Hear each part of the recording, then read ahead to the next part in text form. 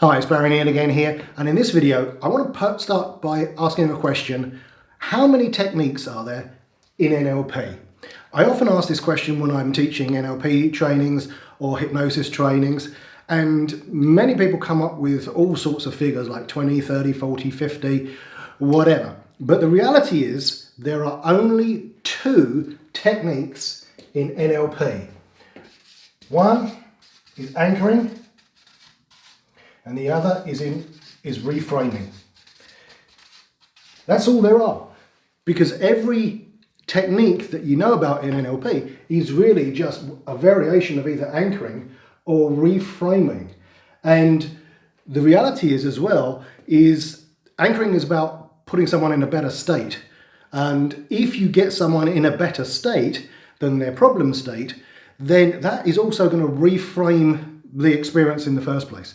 So in my book, anchoring is probably the most important tool that you can learn if you want to be an effective therapist. So today we're looking at Anchoring 101, and I'm going to give you a very, very easy, simple way in which you can use anchoring conversationally. I'm going to give you the underlying structure so that you can use anchoring very, very quickly from the word go and get really, really, really good results. So let's have a look. Now, knowing me, I like to simplify things. So let's have a look. Most people's problems when they come in are either going to be some variation of what is called either a cause-effect or a complex equivalence. What does that mean? Well, a cause-effect is where there is some external cause that causes them to feel a certain way. So for example, see spider, feel bad. See boss's face, feel bad. See wife's face, feel bad. Something like that. Complex equivalence is slightly different in that it's a statement about I equal something. I'm no good. I'm not worthy. So today we're really going to concentrate on the cause and effect. So with a cause and effect, typically what you have is there's some cause that causes why. And I'm doing it this way so that you get out of this idea of getting stuck in content. So often we see people on Facebook groups saying, well, I've worked with X phobia, but I haven't worked with Y phobia. What do I do? Well, if you understand this, then you'll understand that you can do this with pretty much everything that comes in. So bring it down to just the simple equation of X causes Y. So the solution then, if X causes Y, the solution has got to be that we make X cause not Y. So anything other than Y. And that's really what the solution is, because there is always going to be X out in the environment. We can't change that, but we can change the response. So what we want to do is have X trigger, not Y. Okay, so in NLP there's something called the meta pattern, and I'm probably going to speak about this in another video and go into it in more detail. But what it is the underlying pattern that you'll see in virtually every change technique that is successful. I used to say all, but I'm sure there are a few exceptions, and people always put their hand up and go, what about this? But in the vast majority of change techniques, the underlying pattern follows this process, follows this underlying pattern, which is called the meta pattern of all change patterns in NLP. And we're going to use this to create change. So let's first have a look at what is an anchor. An anchor is just an example of a stimulus that causes an external response, causes a response. So it's stimulus response. And if you've ever heard of the word Pavlov, you'll know what that is. Kind of rings a bell, yeah? So that's really what it is. So an anchor is something that triggers an emotional reaction. it doesn't have to be something negative. Advertisers use this, and I've used this for many, many years. If I say to you, Heinz means, you know what the next word comes out because it's been programmed in there. If you've ever been driving along in your car, minding your own business, and suddenly you see a blue flashing light in your rearview mirror, suddenly that triggers a reaction in you. So it's stimulus response conditioned in behavior. So an anchor is pretty much that. And most people's problems are nothing more than negative anchors. And so let's have a look. Basically, with an anchor, what you have is something along here triggers it, and then it increases in intensity, and then eventually it tapers off. Now, from our point of view as a therapist, what we want to do, and one of the best skills that you can learn, is to be able to elicit anchors conversationally. Really become skilled in doing it. In my book, there are two things that therapists really need to get and to really need to be good at. One is sensory acuity. You need to be able to look at your client and know from moment to moment what is going on. What is actually happening? Are your suggestions or whatever you're doing having some effect? And you do that by noticing their skin changes, their breathing, their gestures, the words they use, and we'll be talking about that in another video.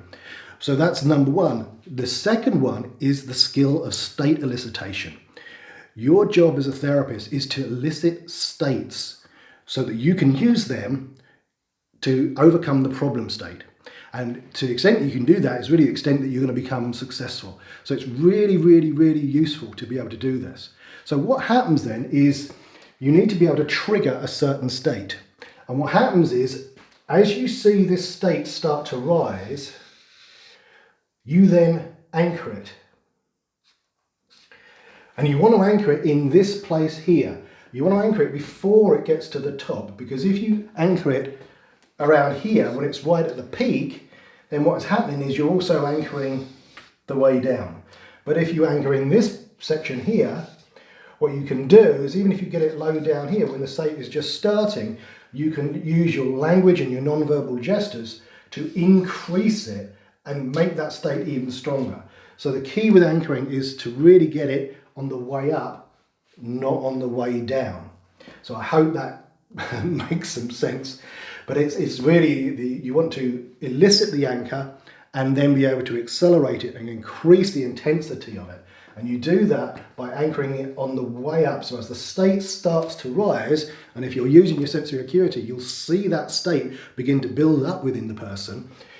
Then you anchor it there. Now you can, if you want to do this formally, you can anchor it kinesthetically. So let's say, for example, you anchor the state of excitement, whatever. So you have the person and you see them getting excited. As they're sitting there, all their non-verbal gestures are showing that they're getting this feeling of being excited. And what you can do is to put your hand on their shoulder, or on their hand your hand on the back of their hand, or maybe on their knee, obviously with permission. That will stabilize that anchor. That will link those two things together. So what you're doing there with an anchor is linking two things together. In the same way blue flashing light creates a response, from that moment, if you've touched them, specifically say on their knee or the back of their hand, from that moment, every time you touch them in exactly the same way on the back of the hand, then that will trigger that response in exactly the same way as when you see blue flashing light, you start to feel bad. So that's what you're doing. You're pairing two things together. So what you do is you elicit the state and then you can pair it with something. Now that's if you want to do it formally. So typically in beginners NLP classes, that's what they do. They'll have someone elicit the state and then stabilize it and anchor it with a touch, because that's kind of like the easiest way to do it. But you don't have to do it that way. You can do it with language. You can see, if they say, you say, how do you want to feel? And they say, I want to feel excited. And you see them gesture and go, excited. Well, you can anchor it with that same gesture and the voice tonality. So you go, oh, so you want to feel excited? And they go, yeah. So you're anchoring with their non-verbal and their tonality. If you can also just use it anchor it with a gesture. So you might just say, so you want to feel excited, and they go, yeah, I want to feel excited, and you go, okay, so when you feel like this, so you can anchor it with a spatial anchor. And this is really good if you're using, if you're doing this over Zoom, you can use spatial anchors. So it's don't limit yourself by thinking, oh my God, I can't use anchoring because I'm doing this session on Zoom. Yeah, you can. You can use it by using their language, their gestures, or you can use spatial anchors. Really, really simple. So don't think that just because you're doing it on Zoom that you can't use anchoring. You absolutely can. So that's what you need to do. You need to be able to elicit the state, see it on the way up, and then pair it with something. So that's what we need to be doing. So here's a simple way of doing this conversationally. And I say it uses the meta pattern of NLP. And the first step in any successful change work is to associate them to the present state. So PS is present state. So you want to associate them to the present state. Now, this is so critical. What you're doing when you associate someone to the present state, i.e. the problem, you are associating them to whatever the mental triggers are that trigger the problem. But more importantly, you are starting to activate their neurology. And if you read Ronald Rudin's book, the guy who created Havening, called The Past is Always Present, he goes into real detail of all the little brain chemicals that suddenly get released when you access the problem state. And in his book, it goes into great detail as to why that's important, because it starts to unlock the encoding of that memory. And that's what we need to do, because at that point, the memory becomes plastic. So you must associate them to the present state. And you do that by asking them the question, what's the problem? And as they answer that question, they'll start accessing the problem state. Another one you could ask them is,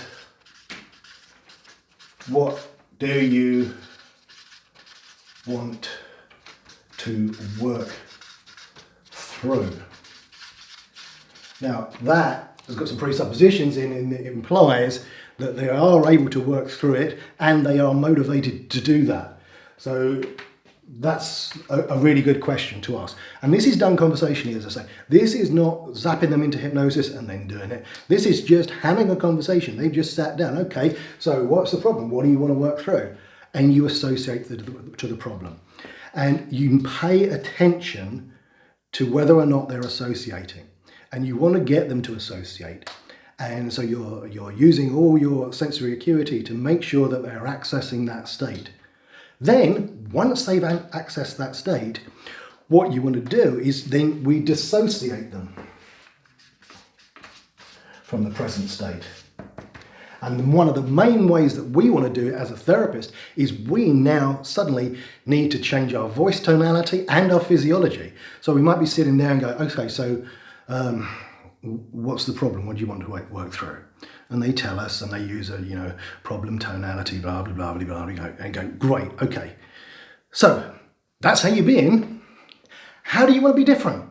So you use your whole body, you move, you might even stand up, you might even gesture in a different way. You use a faster tonality, a faster pace to start accessing and eliciting resource states.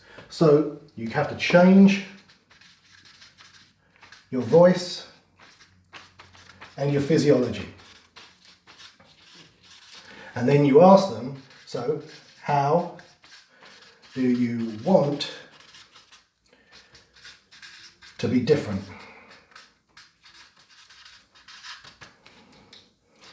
You could also ask them, well, how do you want to be, which is a really good question, how do you want to be as a person when you no longer have this issue in your life?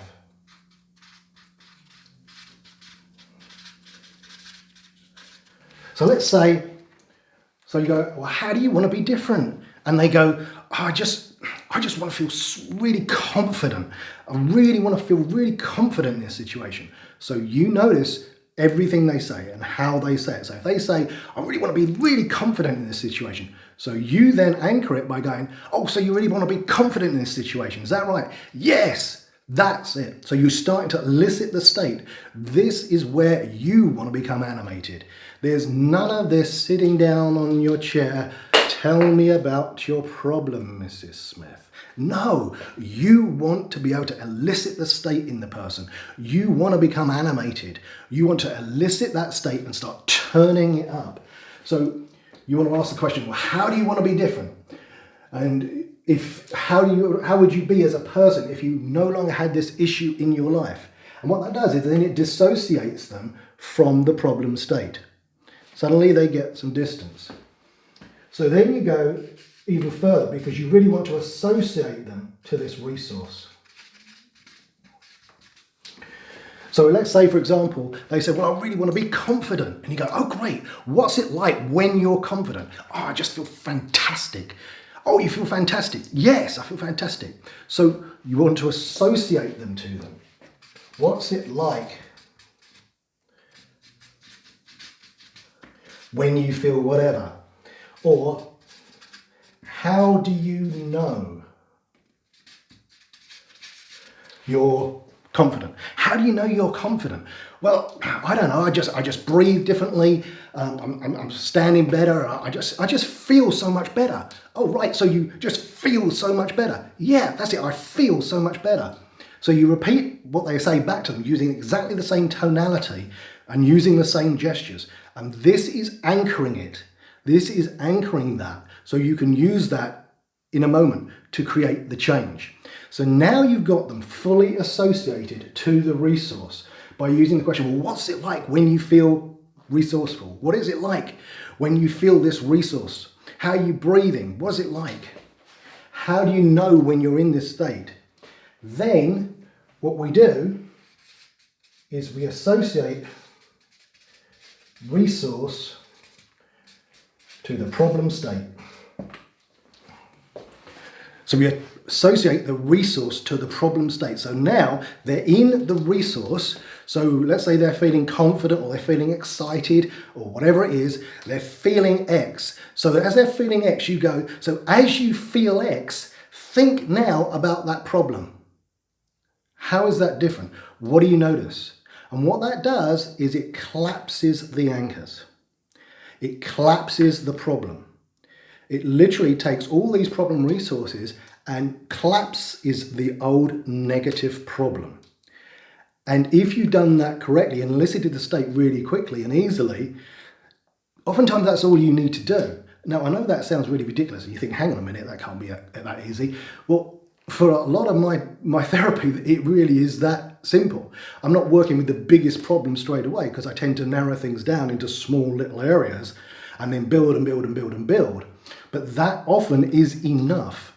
So what we're doing here, because in the old days in NLP, and you may have seen one of my videos of me doing this, is that what we do is we anchor the problem state. So we do this formally. You say, okay, so what's the problem? And they will tell you what the problem is, whatever it is. Whenever I look at my boss's face, I feel bad. Okay, so as you feel bad, I'm going to press down on your shoulder.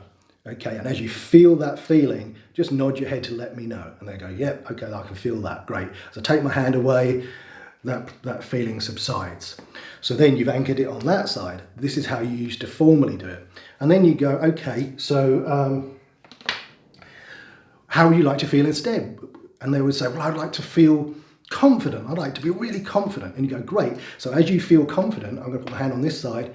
And as you feel this feeling of confidence, just nod your head. And they go, yeah, okay. So now you've got two states. You've got the confidence on one side and you've got the negative state on the other.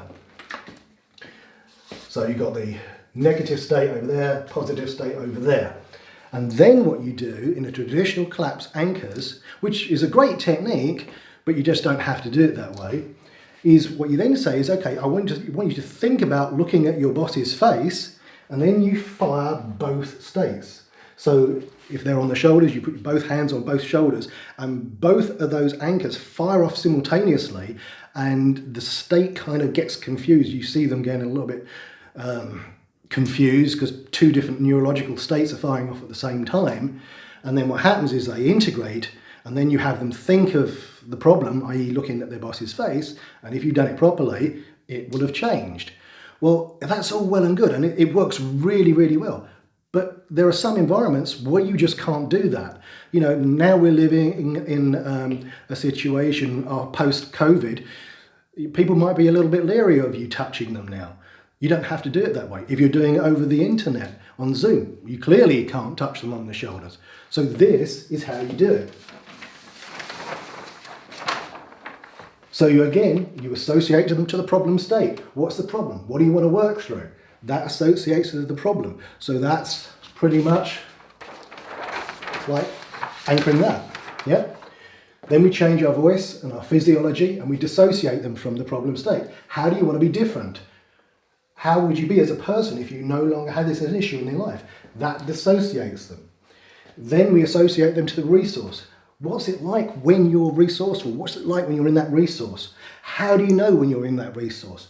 As we do that, we then have them in that resource. We don't need to touch them. We don't need to do it. They're in there. We're using their gestures. We're using their voice tonality. That's the bit that's doing the anchoring.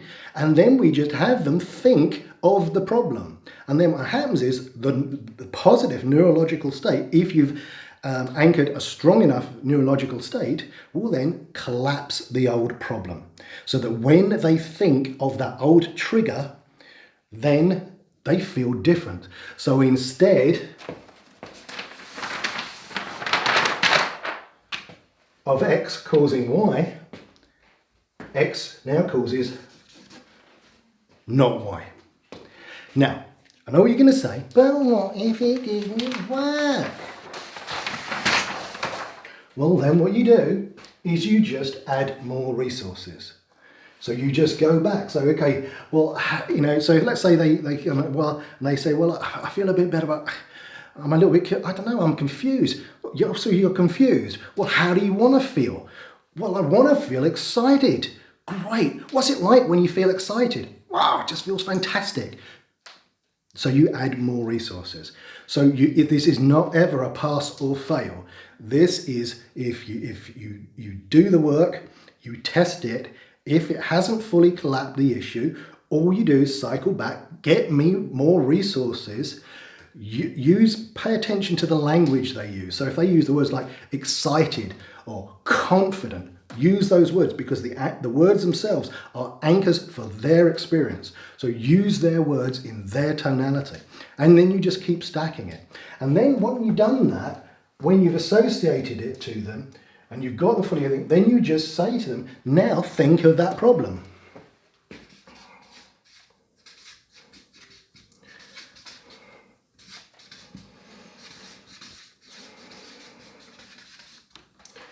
And then have them notice how their body feels.